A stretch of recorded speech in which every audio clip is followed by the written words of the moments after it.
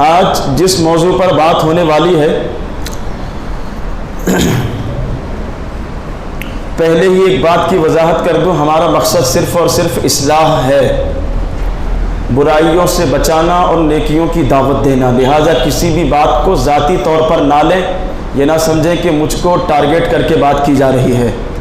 یہ قرآن سب کے لیے ہے، اور اگر قرآن نے جو باتیں کہی ہے ان میں سے کوئی بات ہم میں پائی جاتی ہے تو ہمارا کام یہ ہونا چاہیے کہ انا کا مسئلہ بنانے کے بجائے ہم جو ہے اس پر عمل کریں، اور جو برائی یا کمی ہمارے اندر ہے اس کو دور کرنے کی کوشش کریں۔ اللہ کریم ہمیں عمل کی توفیق عطا فرمائے۔ بسم اللہ الرحمن الرحیم۔ یا ایھا الذین آمنوا ان جاءکم فاسق بنبأ فتبینوا ان تصیبوا قوما بجہالۃ فتصبحوا علی ما فعلتم نادمین۔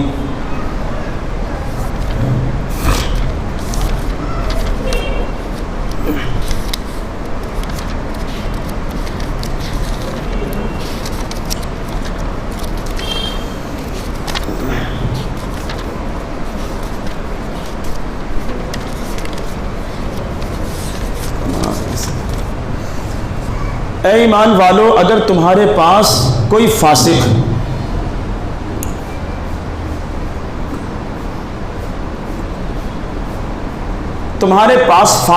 کوئی خبر لے کر آئے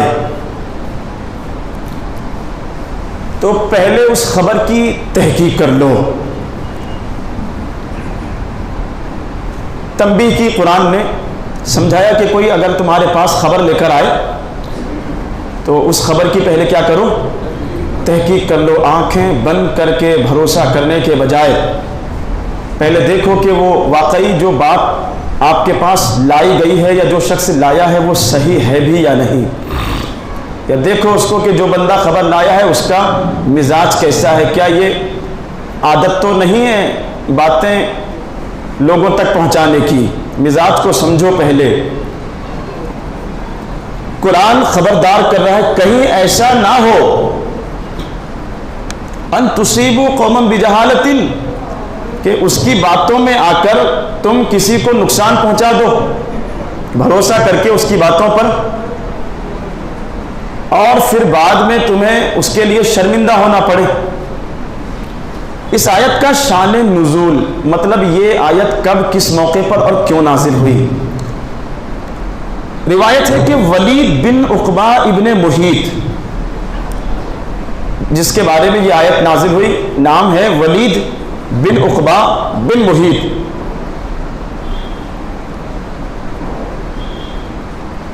حضرت عثمان غنی رضی اللہ تعالیٰ عنہ کا رشتہ دار بھی تھا، اور آپ نے حضرت سعد ابن وقاص کے بعد کوفے کا انہیں حاکم بھی بنایا۔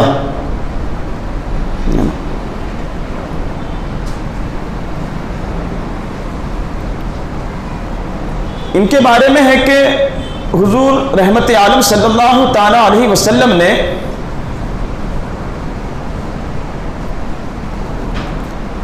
ایک قوم کی طرف، ایک قبیلے کی طرف ان کو بھیجا زکوٰۃ وصول کرنے کے لیے، ولید بن عقبہ بن محیط، حضور نے بھیجا ان کو۔ اچھا، اب جن لوگوں کی طرف حضور نے ان کو بھیجا، کسی زمانے میں ان لوگوں کے ساتھ ان کے جو ہے تعلقات اچھے نہیں تھے۔ اب یہ جب پہنچے وہاں پر تو وہ جو لوگ تھے، گاؤں کے لوگ جب ایمان لے آئے تو جو پرانی دشمنی تھی وہ ختم ہو گئی، تو وہ لوگ جو تھے ان کے استقبال کے لیے آگے بڑھے، گاؤں کے باہر نکلے استقبال کے لیے کہ حضور نے بھیجا ہے۔ اب انہوں نے پوری بات سمجھنے کے بجائے کہ یہ لوگ باہر کیوں آئے ہیں اور کیا مقصد ہے، پوری بات سمجھنے کے بجائے یا ان کی پوری بات سننے کے بجائے، جاننے کے بجائے، خود ہی مطلب یہ سمجھ لیا، پہلے دشمنی تھی، پہلے آپس میں برائی تھی، تو یہ سمجھ لیا کہ یہ جو لوگ ہیں مجھ کو مارنے کے لیے آ رہے ہیں، حملہ کرنے کے لیے آ رہے ہیں۔ یہ بھاگے وہاں سے اور بھاگ کر کہاں پہنچ گئے؟ حضور کے پاس۔ کہ یا رسول اللہ جن لوگوں کی طرف آپ نے مجھ کو بھیجا تھا وہ تو مجھ پر جو ہے وہ حملہ کرنے والے تھے.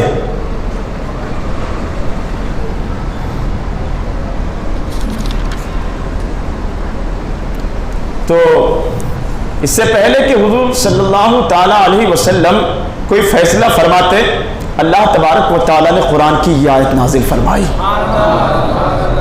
سبحان اللہ سبحان اللہ کرنے سے پہلے سمجھیں کہ مقصد کیا ہے بات کا.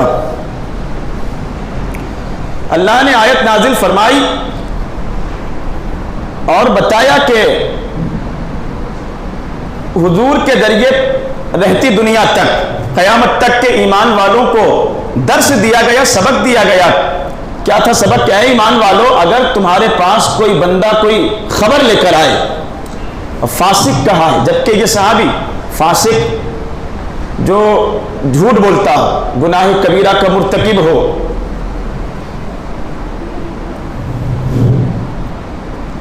گناہ کبیرہ جو بڑے گناہ حرام کاموں میں ملوث ہو، ایسا شخص جو ہے وہ فاسق کہلاتا ہے اور اس کی گواہی جو ہے شریعت میں قبول نہیں. ایسے شخص کی گواہ نہیں بنایا جا سکتا.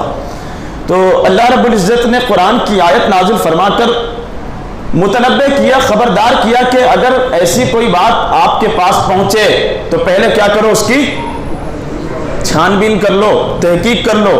کہیں ایسا نہ ہو کہ اس کی باتوں پر بھروسہ کر کے تم جو ہے پھر جس کے بارے میں وہ لایا ہے اس سے جھگڑا کر بیٹھو، مار پیٹ کر بیٹھو، نقصان کر دو، بعد میں تمہیں سچائی کا پتہ چلے کہ نہیں سچائی تو کچھ اور تھی، تو پھر تمہیں شرمندہ ہونا پڑے کہ خامخواہ اس کی باتوں میں، جھوٹے کی باتوں میں آ کر میں نے اگلے سے برائی کر لی، جھگڑا کر لیا، مار پٹائی کر لی، دشمنی کر لی. تو بعد میں ہونے والے نقصان سے بچنے کے لیے بہتر یہ ہے کہ پہلے ہی کیا کرو، تحقیق کرو، سوچ لو کہ وہ بات صحیح بھی ہے یا نہیں.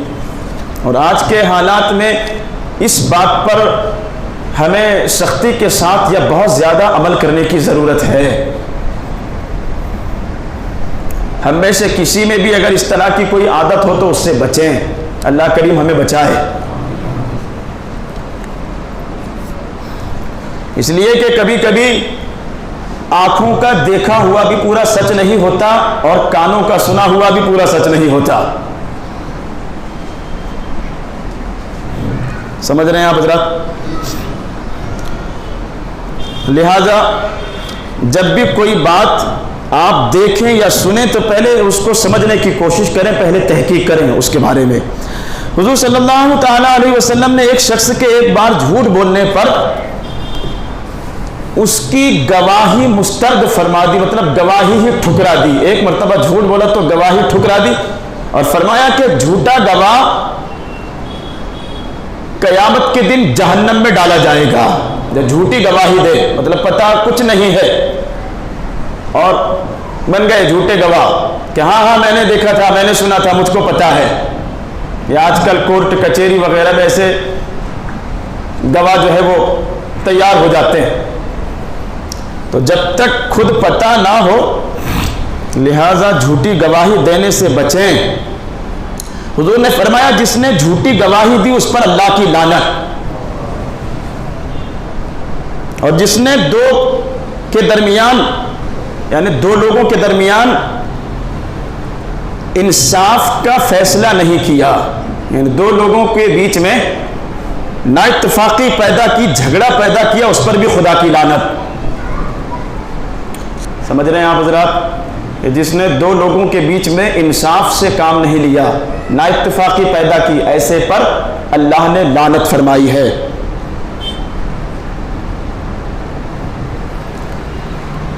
تو لہذا اس طرح کی چیزوں میں بہت زیادہ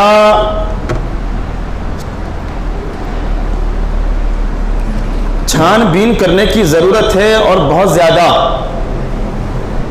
پھونک کر قدم رکھنے کی ضرورت ہے. جھوٹے گواہ نہ بنے، نہ دو لوگوں کے معاملات میں آپ کو کچھ پتہ نہیں ہے تو سائڈ میں ہو جائیں. کسی کا ایک کا پکش لے کر دو لوگوں کو لڑانے یا نا اتفاقی پیدا کرنے کا کام ہرگز ہرگز نہ کریں. اللہ نے لعنت فرمائی ہے. بلکہ لوگوں کو جوڑنے کا کام کریں، اور کسی کو جوڑنے کے لیے اگر آپ کو جھوٹ بولنا پڑے، مطلب دو لوگوں کے بیچ میں نا اتفاقی ہو جائے، جھگڑا ہو جائے اور آپ کی کوشش یہ ہونا چاہیے کہ ان کے درمیان صلح کروا دیں، اور صلح کروانے کے لیے اگر آپ کو جھوٹ بولنا پڑے کہ مثلا آپ ایک سے ملے کہ ارے بھائی وہ تو آپ کے بارے میں تعریف کر رہے تھے، آپ خواہ برا سمجھتے ہیں، ہے نا، پھر دوسرے سے ملے کہ نہیں یار وہ جیسا آپ سمجھ رہے ہیں ویسا نہیں ہے، تو اتفاق کرنے کی جو ہے کوشش ہمیں کرنی چاہیے، اللہ اس پر بھی اجر و ثواب عطا فرماتا۔ تو یہ تھی سورہ حجرات کی آیت نمبر 5، جس میں کہا گیا کہ کوئی شخص اگر آپ کے پاس کوئی خبر لے کر آئے تو پہلے اس کی کیا کریں؟ تحقیق کریں۔ اب آئیے آیت نمبر 11 سورہ حجرات کی، یا ایھا الذین آمنوا لا یسخر قوم من قوم عسى ان یکونوا خیرا منهم ولا نساء من نساء عسى ان یکن خیرا منهن ولا تلمزوا انفسکم ولا تنابزوا بالالقاب بئس الاسم الفسوق بعد الایمان ومن لم یتب فاولئک هم الظالمون۔ اے ایمان والو، نہ کوئی مرد دوسروں پر ہنسے، عجب نہیں کہ وہ ان ہنسنے والوں سے بہتر ہو، اور نہ عورتیں دوسری عورتوں پر ہنسیں کہ ہو سکتا ہے کہ جس پر وہ ہنس رہی ہیں، جس کا مذاق اڑا رہی ہیں، وہ ان سے بہتر ہو۔ خلاصہ کلام یہ کہ کسی کا مذاق مت بناؤ، ہو سکتا ہے کہ تم جس کا مذاق بنا رہے ہو تم سے بہتر ہو اللہ کے نزدیک دنیا و آخرت میں۔ حضور نے فرمایا کہ بہت سے بکھرے بال والے، غبار آلود چہرے والے اور پھٹے ہوئے لباس والے، جن پر کوئی بھروسہ نہیں کرتا یا جن کو کوئی پاس بٹھانا پسند نہیں کرتا، جن سے کوئی بات کرنا پسند نہیں کرتا، ظاہری طور پر یہ کنڈیشن ہو، لیکن ہو سکتا ہے کہ اللہ کے یہاں ان کی یہ شان ہو کہ وہ اگر قسم کھا لے کسی بات کی تو اللہ ان کی قسم کو پورا فرما دے۔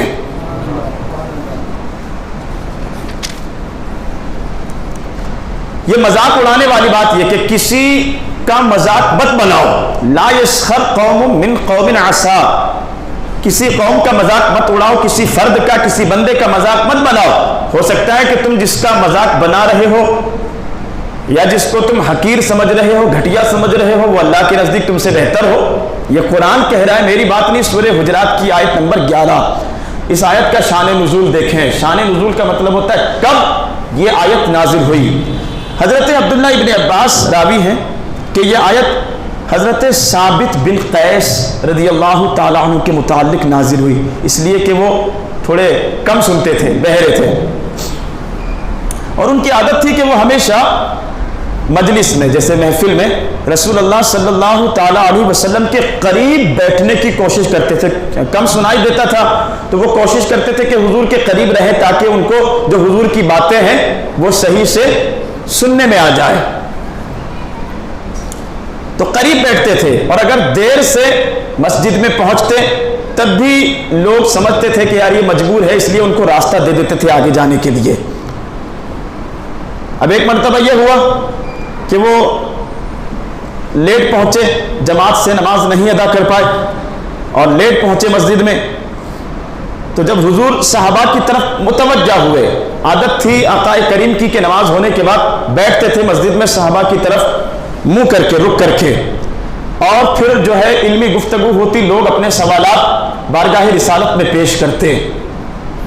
اب جب یہ پہنچے ثابت بن قیس تو جماعت ہو گئی تھی اور لوگ بیٹھ چکے تھے، آگے تک پہنچنے کے لیے راستہ نہیں تھا، پھر بھی لوگوں نے ان کو جانے دیا۔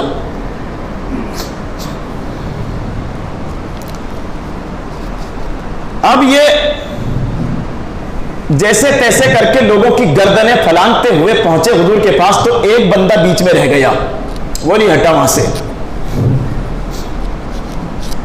تو جب وہ نہیں ہٹا تو غصے سے پوچھتے من ھذا، کون ہے یہ؟ اور غصے سے کہا یہ وہی ہے فلاں بن فلاں،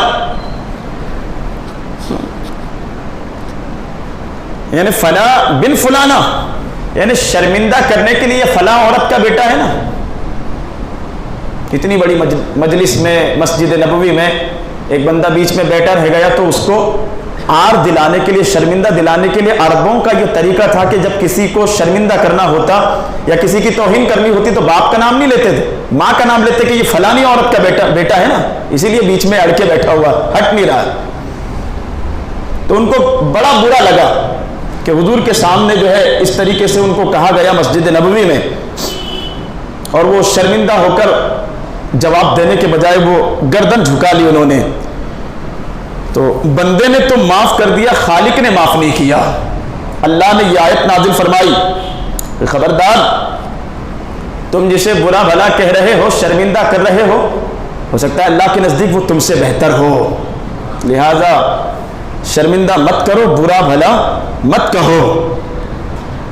اور ایک مسئلہ اور، آگے کی جو صفیں ہیں بے شک اس میں ثواب بہت زیادہ، بالخصوص صف اول میں حضور نے فرمایا لوگوں کو پتہ چل جائے کہ پہلی صف کا کیا ثواب ہے تو لوگ تلواریں نکال لیں آپس میں اگلی صف کے ثواب کو پانے کے لیے. اور پھر اگلی صف میں بھی جو لوگ امام کے دائیں جانب ہوتے ہیں سیدھے طرف، اس کا ثواب اور زیادہ. جو رائٹ سائڈ میں رہیں ان کا اس کا ثواب اور زیادہ. تو اب اگر کسی کو زیادہ ثواب حاصل کرنا ہے تو کوشش کریں کہ پہلے پہنچ جائیں مسجد میں، نماز کے لیے پہلے سے پہنچ جائیں. یہ جو کچھ لوگ کرتے ہیں نا کہ ایک تو لیٹ آئے اور لیٹ آنے کے بعد پھر دھکا دھکی کرتے ہوئے لوگوں کی گردن کے اوپر سے پھر چلے جا رہے ہیں آگے، تو یہ طریقہ صحیح نہیں ہے، یہ مسجد کے آداب کے خلاف. یا تو پہلے آئیں یا پھر جہاں جگہ مل جائے وہیں کھڑے رہیں، وہاں بیٹھ جائیں، جہاں جگہ ملے وہیں. یہ طریقہ صحیح نہیں ہے، لوگوں کو ہٹا رہے ہیں یا لوگوں کی گردنوں کے اوپر سے جو ہے فلانگ کر پھر آگے پہنچنے کی کوشش کر رہے ہیں، یہ طریقہ صحیح نہیں ہے. اچھا ایک بات اور ہے کہ کچھ لوگ اگلی صف میں فرض نماز تو ادا کر لیتے ہیں، باقی پھر سنتیں یا نفل پڑھنے کے لیے پیچھے بھاگتے ہیں. اگر پیچھے جگہ ہو تب تو کوئی دقت نہیں ہے کہ پیچھے جگہ ہے تب کوئی دقت نہیں ہے. اور پیچھے اگر لوگ نماز پڑھ رہے ہوں، یا بھی رمضان شریف کا مہینہ چل رہا ہے، پیچھے بھی نمازی نمازیں پڑھتے ہیں، لہذا پیچھے نکلنے کی زبردستی کوشش نہ کریں.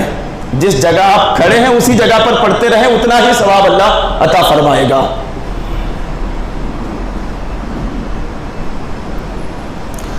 ایک اور شان نزول اس آیت کا، سورہ حجرات کی آیت نمبر 11 کا ایک اور شان نزول. شان نزول مطلب کیوں یہ آیت نازل ہوئی.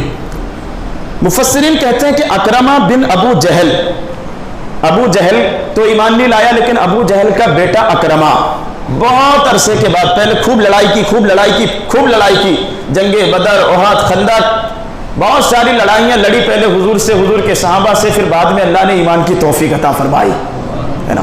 تو ایمان کی توفیق عطا فرمائی تو یہ مکہ فتح ہونے کے بعد مدینے میں پہنچے اور اسلام میں داخل ہوئے، صحابیت کا شرف حاصل ہوا.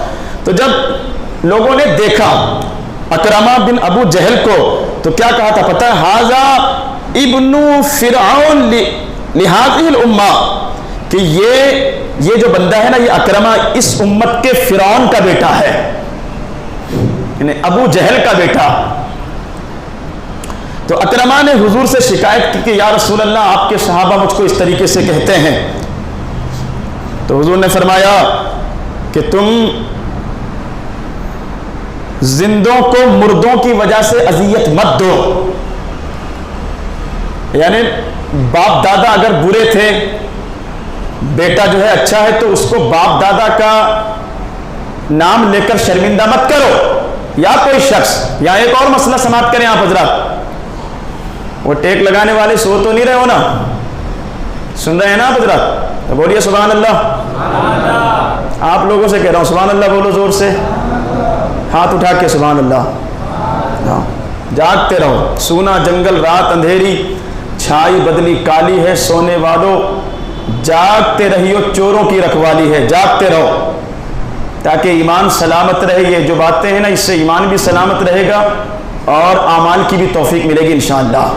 بولیے انشاءاللہ.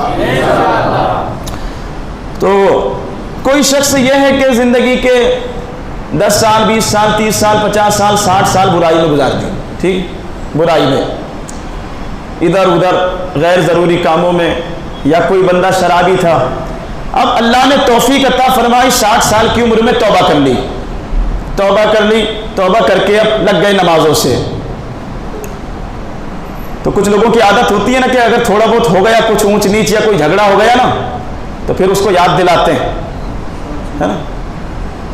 کیا کہاوت ہے وہ بلی والی؟ جی،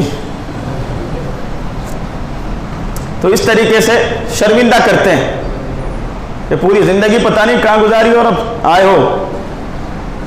ارے جب اللہ نے توفیق، انسان ایک کہاوت ہے نا، جب جاگے تب سویرا، اور توبہ کے دروازے ابھی بند نہیں ہوئے، کھلے ہیں قیامت تک، تو آپ کیوں بند کرنے پر تلے ہیں؟ جب اللہ نے معاف کر دیا، اللہ نے معاف کیا تبھی تو توبہ کی توفیق ملی نا، اللہ نے معاف کیا تبھی تو سجدوں کی توفیق ملی، چاہے وہ 70 سال کی عمر میں ملی ہو، ملی تو صحیح، اللہ نے معاف کیا تبھی تو توفیق ملی نا۔ اب آ گیا اللہ کے دربار میں، جب تک برائیوں کے اڈے پر تھا تب تک تو برا نہیں کہا، ہمت نہیں ہوئی کسی کی، اور جب اچھائی کی طرف آ رہا ہے تو پھر کیوں شرمندہ کر رہے ہو؟ یہ زمانے کا عجیب دستور ہے، بروں سے لوگ دور رہتے ہیں کہ یار چھوڑو، کون اس کے گنڈے کے منہ لگے گا، ہے نا؟ بروں سے لوگ دور رہتے ہیں، اور شریف آدمی ہے اس کو دھمکاتے رہتے ہیں۔ یہ کیا طریقہ ہوا؟ گنڈے موالی ٹائپ کے لوگوں سے جانے دو، کون اس کے منہ لگے گا؟ اچھوں سے جو ہے اچھائی کے ساتھ پیش آئیے۔ مولا کائنات کا ایک قول سن لیجئے، یہاں پر آپ فرماتے ہیں شریف انسان کے ساتھ اگر کوئی اچھائی کا معاملہ کرے نا، یعنی کسی شریف کے ساتھ کوئی نیک نرمی سے اگر پیش آئے تو وہ موم بن جاتا ہے۔ کام کی بات ہے آپ کے، یعنی کوئی شریف انسان کے ساتھ بات چیت کرے، نرمی سے پیش آئے، کوئی مدد مانگے، کوئی ایڈریس پتہ پوچھ لے، کوئی اپنا دکھ بتائے، تکلیف بتائے، حسن اخلاق سے پیش آئے تو وہ کیا بن جاتا ہے؟ موم بن جاتا ہے، پگھل جاتا ہے بالکل کہ یار اگلا میرے سے اتنی نرمی سے پیش آ رہا۔ لیکن کمینے کا معاملہ اس کے الٹ، نرمی سے پیش آئے تو شیر بن جاتا ہے، اور کوئی سختی سے پیش آئے تو پھر بھیگی بلی بن جاتا ہے۔ تو اب ہمیں طے کرنا ہے کہ ہمیں کیا بننا ہے، یا دیکھیں کہ ہمارے اندر کون سی چیز پائی جاتی ہے۔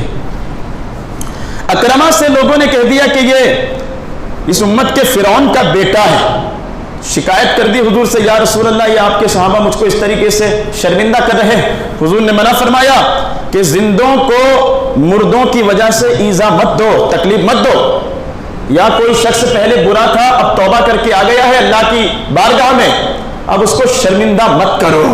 لہذا اگر کسی کی یہ عادت ہو مذاق بنانے کی لوگوں کی تو باز آ جائیں، کسی کو نیچا دکھانے کی، کسی کو شرمندہ کرنے کی، کسی کو ہلکا جاننے کی،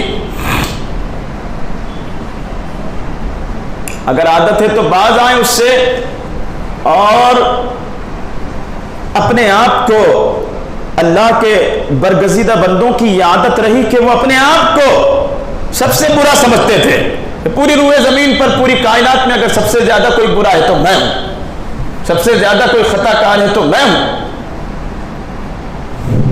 یہ صالحین کا طریقہ رہا، اور ان کی اسی عادت کی وجہ سے اللہ نے اتنا بلند کیا ان کے مقام کو، اتنا بلند کیا، اتنا بلند کیا کہ صدیاں بیت گئی، اللہ کے گھر میں ان کے تذکرے ہو رہے ہیں۔ تو جو عاجزی کے ساتھ جھک جاتا ہے اللہ اس کو بلند کر دیتا ہے کہ میں بہتر ہوں، یہ میں بہتر ہوں والی بات شیطان نے کہی تھی۔ ادھر دیکھو، موبائل بند رکھو، یہ میں بہتر ہوں والی بات کس نے کہی تھی؟ شیطان نے۔ جب اللہ نے فرمایا سجدہ کر، اس جدو لآدم، سجدہ کرو آدم کو، تو پتہ ہے کیا کہا تھا اس نے؟ کہا تھا انا خیر من خلقتنی من نار وخلقتہ من طین، میں اس سے بہتر ہوں، یہ مٹی سے بنا ہے، میں آگ سے بنا۔ تو رب نے پھر کیا کیا اس کے ساتھ؟ قال فاخرج منها فإنك رجیم، نکل یہاں سے، یہ جنت تیرے باپ کی نہیں میرے حبیب کے غلاموں کی ہے۔ اچھا نکل، جو وفادار ہوں گے ان کے لیے جنت بنی ہے، تم جیسے غداروں کے لیے جنت نہیں ہے۔ باہر پھینک دیا نکال کے، لاکھوں یا کروڑوں سال کے سجدے منہ پر مار دیے اٹھا کر اس کے۔ تو انا خیر من، کہ میں ہی سب سے بہتر ہوں، یہ سوچ اگر ہے نا تو دماغ سے نکالیے۔ میں برا ہوں اور اللہ کی بارگاہ میں استغفار کرتے رہیں، کرتے رہیں، کرتے رہیں، عاجزی کے ساتھ اللہ بڑا کر دے گا۔ تو کتنی باتیں ہو گئی؟ 2 باتیں۔ پہلے آیت نمبر 5 تھی سورہ حجرات کی، جس میں کیا کہا ہم سے اللہ نے؟ کوئی اگر خبر لائے آپ کے پاس تو پہلے کیا کرو؟ تحقیق کرو، چھان بین کرو، بھروسہ مت کرو، چاہے وہ آپ کا باپ ہی کیوں نہ ہو، بیٹا ہی کیوں نہ ہو، بھائی ہی کیوں نہ ہو، رشتہ دار ہی کیوں نہ ہو سکتا ہے کہ وہ باپ بیٹے میں یا بھائی بھائی میں یا رشتہ دار میں پھوٹ ڈالنے کا کام کر رہا ہو سکتا ہے۔ لہذا تحقیق کرو پہلے، شوہر بیوی میں ہو سکتا ہے جھگڑے لگانے کا کام کر رہا ہو تو تحقیق کرو پہلے، سوچو پہلے۔ یہ پہلا سورہ حجرات میں آیت نمبر 5 میں اللہ نے ہمیں حکم فرمایا۔ پھر سورہ حجرات کی آیت نمبر 11، اس میں کہا اللہ رب العزت نے کسی کا مذاق مت بناؤ، کسی کو گھٹیا مت کہو، اور اس کے لیے 2 واقعے بھی پھر میں نے آپ کو سنائے۔ ایک وہ حضرت ثابت بن قیس کا کم سنتے تھے، وہ بالکل حضور کے قریب بیٹھتے تھے، ایک وہ واقعہ سنایا، دوسرا اکرمہ بن ابو جہل کا واقعہ سنایا۔ تو کسی کو برا بھلا۔ اب ایک اور آیت پر بات کر لیتے ہیں، وہ ہے آیت نمبر 22، آیت نمبر 12۔ یا ایھا الذین آمنوا اجتنبوا کثیرا من الظن، بہت زیادہ سوچ بچار سے بچو۔ یہ سورہ حجرات کی آیت نمبر 12 کیا ہے؟ بہت زیادہ گمان سے بچو، بہت زیادہ سوچ بچار سے، خیالات سے، وسوسوں سے کیا کرو؟ بچو۔ ان بعد الظن اسم، بعض جو خیال ہے نا وہ گناہ ہے۔ آپ سوچ رہے ہیں کہ سوچنا بھی گناہ ہے؟ ارے ہاں، سوچنا بھی گناہ ہے۔ بعض خیالات وہ کیا ہے؟ گناہ ہے۔ ان بعد الظن اسم، بعض خیال کیا ہے؟ گناہ ہے۔ وہ کسی شاعر نے کہا ہے نا، میرا اس شہر عداوت میں بسیرا ہے جہاں لوگ سجدوں میں بھی لوگوں کا برا سوچتے ہیں۔ سجدے میں ہے پھر بھی سوچ رہا ہے کہ فلانے کی دکان میں آگ لگ جائے، مکان گر جائے، کاروبار برباد ہو جائے، ایکسیڈنٹ ہو جائے، نعوذ باللہ من ذالک۔ ویسے کوئی مومن ایسا نہیں سوچتا، لیکن بات آ گئی ہے۔ تو یہ جو خیالات ہیں نا، اس سے بچو۔ ان بعد الظن اسم، قرآن کہہ رہا ہے کہ بعض جو خیالات ہیں وہ گناہ ہیں۔ اچھا، جو اچھے خیال ہیں، اچھے خیالات یہ ایمان کا حصہ ہے۔ یہ حدیث شریف ہے، یہاں تفسیر روح البیان شریف صفحہ نمبر 434۔ یہ دیکھیں، یہ 26ویں پارے سورہ حجرات کی بات چل رہی ہے۔ حضور نے فرمایا کہ اچھے خیالات، اچھا سوچنا، اچھے وچار، یہ کیا ہے؟ ایمان کا حصہ ہے، ایمان کی نشانی ہے۔ لہذا اچھا سوچو۔ اللہ تبارک و تعالی ہم اچھا دکھنے کی کوشش کرتے ہیں نا، اچھا سوچو، اچھی نیت رکھو، لوگوں کے بارے میں اچھا بولو، اچھا سوچو۔ ہم اچھا دکھنے کی کوشش کرتے ہیں، حقیقت میں اللہ اچھا کر دے گا۔ اچھا سوچ، اچھی سوچ اگر رکھیں گے نا، اچھی نیتیں اگر رکھیں گے تو پھر اچھا دکھنے کی کوشش کرنے کی ضرورت آپ کو نہیں پڑے گی، اللہ اچھا کر دے گا۔ لوگوں کی نظروں میں آپ کی عزت بڑھا دے گا، لوگوں کے خیالات آپ کے لیے اللہ اچھے فرما دے گا۔ لہذا اچھا سوچو۔ ولا تجسسوا، یہ جاسوسی پر کچھ دن پہلے بات ہوئی تھی۔ تجسس مت کرو، عیب مت ڈھونڈو لوگوں کے۔ ولا یغتب بعضکم بعضا، اور ایک دوسرے کی غیبت مت کرو۔ غیبت کہتے ہیں پیٹھ پیچھے برائی کرنا، عیب بیان کرنا۔ اگر عیب ہے کسی میں تو غیبت، عیب اگر نہیں ہے تو یہ الزام ہے، اور یہ حرام، اور غیبت بھی حرام، غیبت کرنا بھی حرام۔ روزے میں سب سے زیادہ جو چیز بری ہے وہ ہے غیبت کرنا۔ غیبت کے بارے میں قرآن کہہ رہا ہے ایحب احدکم ان یاکل،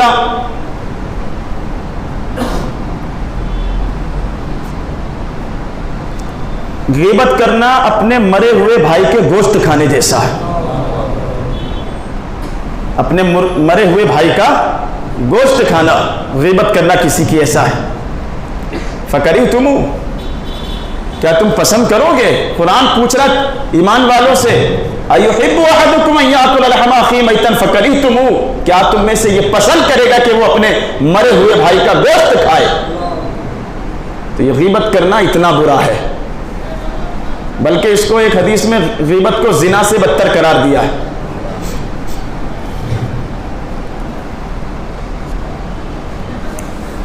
لہذا غیبت سے بچیے، یہ حرام ہی نہیں بہت بڑا حرام ہے۔ اور ساتھ ہی بدگمانی سے، یہ جو ولا تجسس کا ہے نا، حضرت انس رضی اللہ تعالیٰ عنہ سے روایت ہے رسول اللہ صلی اللہ علیہ وسلم اپنی زوجہ مکرمہ سے رات کا وقت تھا، عشاء کی نماز کے بعد آپ باتیں کر رہے تھے، جیسے باہر بیٹھ کر لوگ باتیں کرتے ہیں۔ اب وہاں سے ایک شخص نکلا، وہاں سے جب نکلا وہ تو آگے جا کر وہ پلٹ کر دیکھ رہا، اب جا رہا ہے تو سیدھا چلا جا، پلٹ کر دیکھ رہا۔ خود نے بولا ادھر آؤ، کہ کیا دیکھ رہے ہو؟ یہ میری بیوی ہے۔ حضور نے فرمایا یہ میری بیوی ہے، میں اپنی بیوی کے ساتھ بیٹھا ہوں، باتیں کر رہا ہوں۔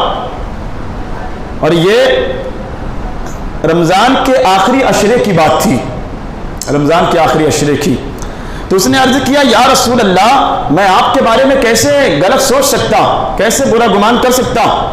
تو حضور نے ارشاد فرمایا بے شک شیطان ابن آدم کے جسم میں خون کی طرح بھاگتا پھرتا، جیسے خون گردش کرتا ہے نا، ویسے ہی شیطان جو ہے ابن آدم کے یعنی آدم کے بیٹوں کے جسم میں خون کی طرح شیطان گردش کرتا ہے۔ وہ کب تمہارے ذہن میں کس کے بارے میں کیا خیال ڈال دے نہیں کہہ سکتے، لہذا جب بھی برے خیالات آئیں تو اس کو فوراً دماغ سے نکال دو۔ جیسے ہی کوئی برا خیال آیا دماغ سے نکال دو فوراً اسے۔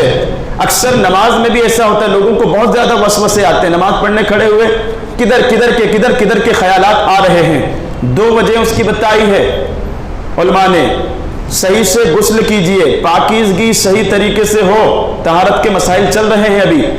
نماز کے لیے جب آئے نا، یا نماز کے علاوہ بھی پاک رہنے کی عادت ڈالیے۔